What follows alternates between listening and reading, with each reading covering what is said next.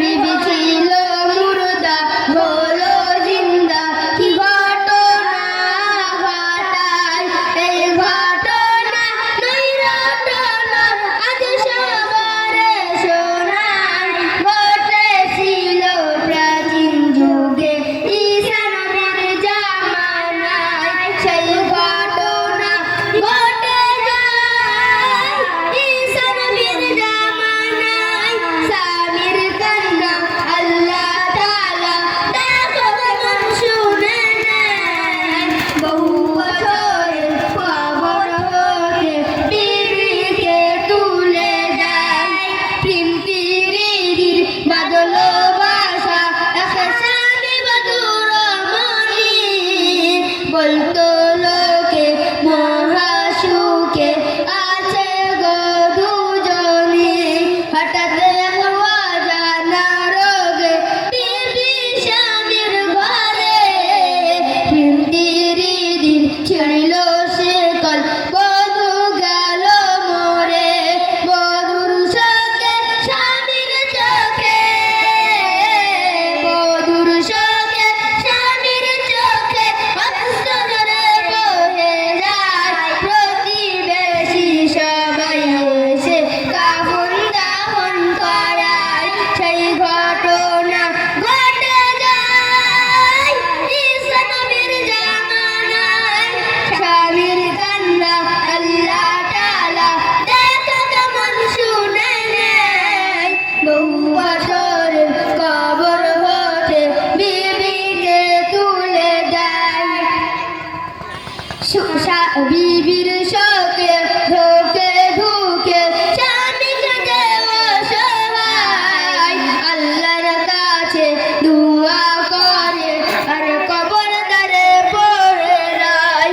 বহুদিন পরে রাস্তা ধরে ঈসা নবী চলে, কে কাঁদরে কবর ধারে নবী তারে বলে। কেঁদে কেঁদে নবীর কাছে, কেঁদে কেঁদে নবীর কাছে দুঃখের কথা শোনায়। ওগো নবীর রূপসী বিবি দেখাও তুমি আমায়, ও নবী একবার দেখাও আমায়, ও নবী একবার দেখাও আমায়। স্বামীর কান্না আল্লাহ তাআলা দেখো কেমন শুনে নেয়।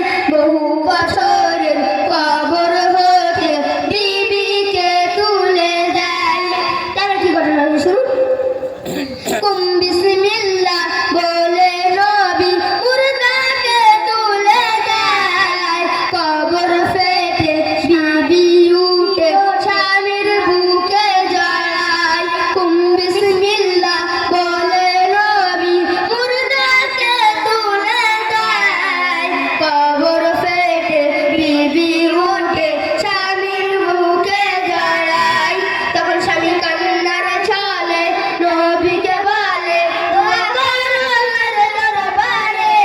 দোয়া? আমার অর্ধেক হায়াত দিয়ে দাও বিবি আর না মরে। শুনে সবই অবাক নবী, শুনে সবই অবাক নবী। আল্লাহ তাআলার জানায় আল্লাহর খেলা আল্লাহ খেলে, দোয়া কবুল হয়ে যায়। আল্লাহ দোয়া কবুল করে নেয়।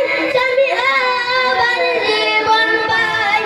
স্বামীর কান্না আল্লাহ তাআলা দেখো কেমন শুনে নেয়। বহু বছরের কবর হতে বিবিকে তুলে দেয়। তারপর যখন স্বামী বিবি আল্লাহ হাত দিয়ে দিল, তখন দুজন জঙ্গলের দিকে হেঁটে চলে গেল।